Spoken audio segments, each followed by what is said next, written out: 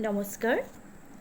আশা কৰিছোঁ সকলোৱে ঘৰতে আছা, সুস্থ আছা, সুৰক্ষিত আছা। মই উচ্চতৰ মাধ্যমিক দ্বিতীয় বৰ্ষৰ ছাত্ৰ ছাত্ৰীৰ সুবিধাৰ্থে ইউটিউব চেনেল সৃষ্টিকৃষ্টিৰ জৰিয়তে এটি পাঠ অসমীয়া চলচ্চিত্ৰৰ গৰিত্ৰীধাৰা প্ৰবন্ধটি উৎপল দত্তৰ প্ৰবন্ধটি কিছু আলোচনা দুটা খণ্ডত বিভক্ত কৰি ইতিমধ্যে ইয়াত প্ৰেৰণ কৰিছোঁ। ইউটিউব চেনেল মোৰ সৃষ্টিকৃষ্টিত প্ৰেৰণ কৰিছোঁ। আজি মোৰ তৃতীয়টি ভিডিঅ'। আশা কৰিছোঁ আগৰ দুয়োটি ভিডিঅ'য়ে ছাত্ৰ ছাত্ৰীসকলক যথেষ্ট পৰিমাণে সহায় কৰিছে। আগৰ ভিডিঅ' দুটিত আমি আলোচনা কৰিছোঁ চলচ্চিত্ৰৰ গতিধাৰাৰ ওপৰত, কিদৰে চলচ্চিত্ৰৰ গতিধাৰাই কোনটো চোৱাৰ পৰা আহি আজি পৰ্যন্ত কি ভৰি দিলেহি সেই বিষয়ে আমি সবিশেষ আলোচনা কৰিছোঁ আগৰ দুটা ভিডিঅ'ত। আজি আলোচনা কৰিবলৈ লৈছোঁ প্ৰবন্ধটিৰ একেবাৰে শেষৰ চোৱা আৰু লগতে প্ৰশ্নমালা। আমি জানো যে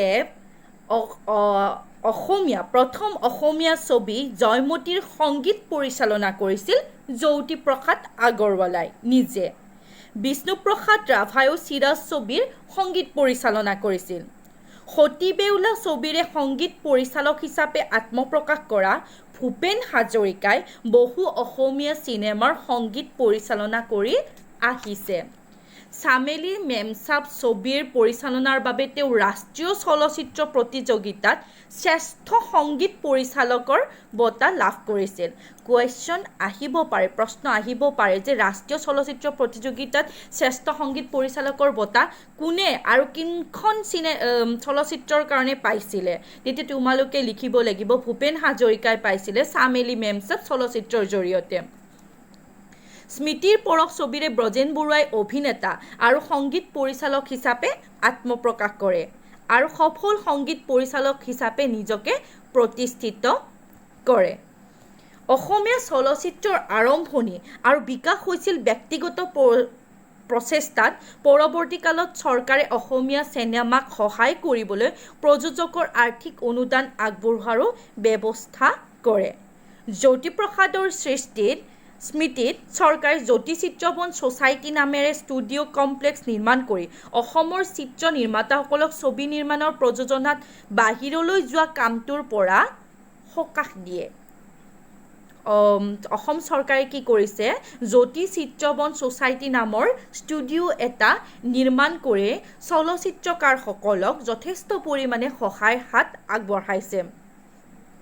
ইয়াৰোপৰি এই চৌহদতে স্থাপন কৰা হৈছে চলচ্চিত্ৰ নিৰ্মাণ প্ৰশিক্ষণ বিদ্যালয়, ভূপেন হাজৰিকা আঞ্চলিক চৰকাৰী ফিল্ম আৰু টিভি ইনষ্টিটিউট।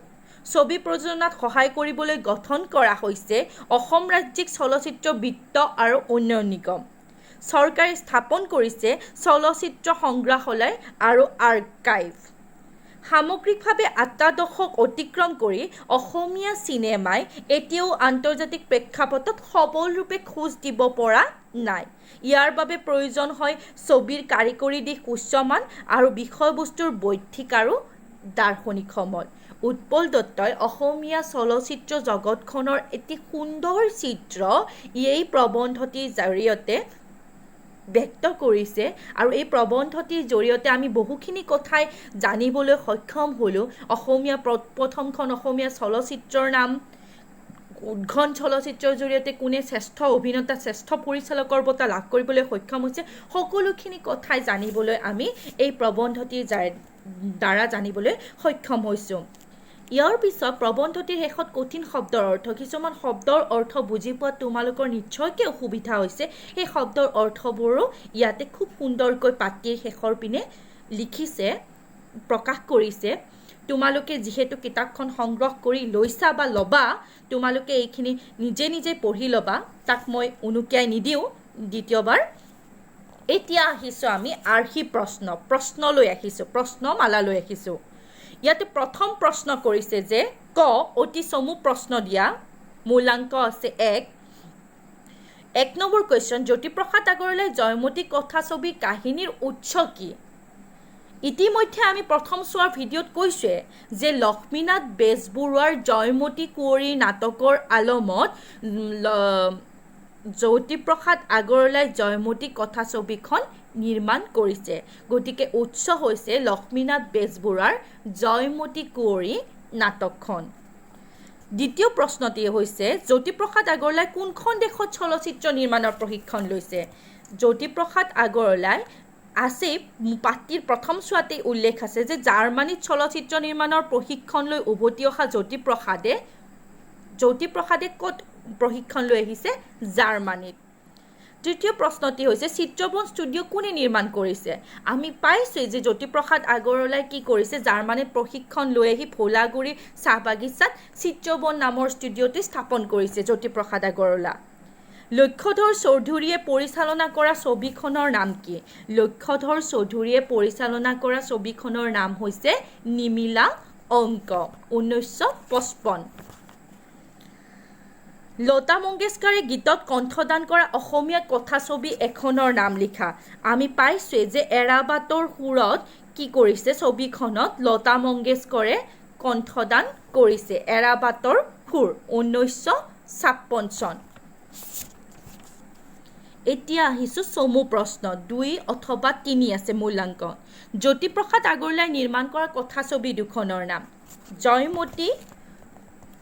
জয়মতী 1935 ইন্দ্ৰমালতী 1939 চন সহকাৰে যেতিয়া নাটক দুখন চলচ্চিত্ৰ দুখনৰ নাম লিখিব দিছে তোমালোকে লগতে চন দুটাও উনুকিয়াই লিখিবা তেতিয়া তোমালোকৰ পৰীক্ষকৰ আকৰ্ষণৰ কেন্দ্ৰবিন্দু হৈ পৰিবলৈ সক্ষম হ'বা এই কথাছবি কেইখনৰ পৰিচালকৰ নাম লিখা এৰাবাটৰ সুৰৰ পৰিচালক হৈছে ভূপেন হাজৰিকা ডাক্তৰ বেজবৰুৱাৰ পৰিচালক হৈছে ব্ৰজেন বৰুৱা চনটো হৈছে 1969 গঙা চিলনীৰ পাখীৰ পৰিচালক হৈছে গঙা চিলনীৰ পাখী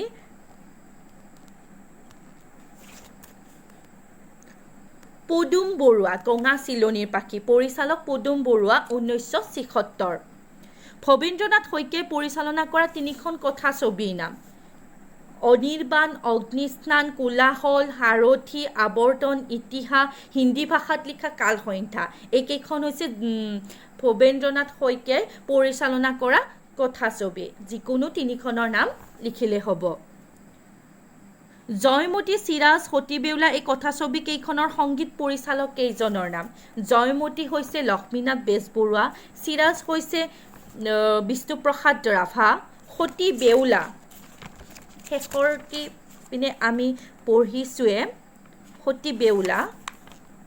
সতী বেউলাৰ সংগীত পৰিচালক আছিল ভূপেন হাজৰিকা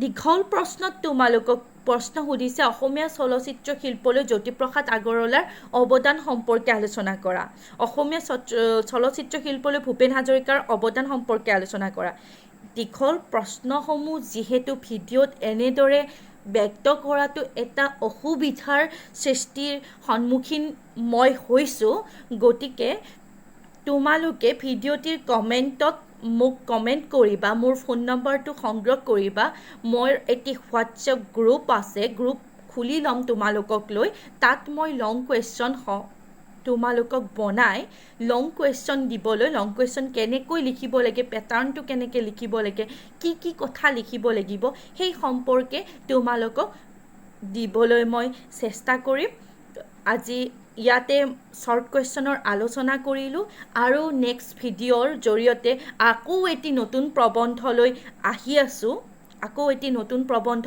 আলোচনা জৰিয়তে আহি আছোঁ ইয়াতে এই ভিডিঅ'টিৰ জৰিয়তে আজি শৰ্ট কুৱেশ্যনসমূহ আলোচনা কৰিলোঁ লং কুৱেশ্যনৰ কাৰণে মই পৰৱৰ্তী কালত তেনেকুৱা এটা পদক্ষেপ হাতত ল'ম বুলি মই ভাবিছোঁ তোমালোকৰ সহায় সহযোগিতা পালে তোমালোকে মোৰ চেনেল সৃষ্টি কৃষ্টি সাবস্ক্ৰাইব কৰিবা তেতিয়াহে তোমালোকে মোৰ পৰৱৰ্তী ভিডিঅ'সমূহ চাব পাৰিবা লাইক কৰিবা শ্বেয়াৰ কৰিবা আশা কৰিছোঁ মোৰ এই তিনিওটি ভিডিঅ'য়ে তিনিওটি খণ্ডই তোমালোকক যথেষ্ট পৰিমাণে সহায় কৰিছে ঘৰতে থাকা সুস্থ থাকা সুৰক্ষিত থাকা ভালকৈ অধ্যয়নৰ চৰ্চা কৰি থাকা আশা কৰিছোঁ পৰৱৰ্তী পৰীক্ষাত সুফলেৰে সুখ্যাতিৰে উত্তীৰ্ণ হ'ব পাৰিবা আজিলৈ ইমানতে সামৰিছোঁ ধন্যবাদ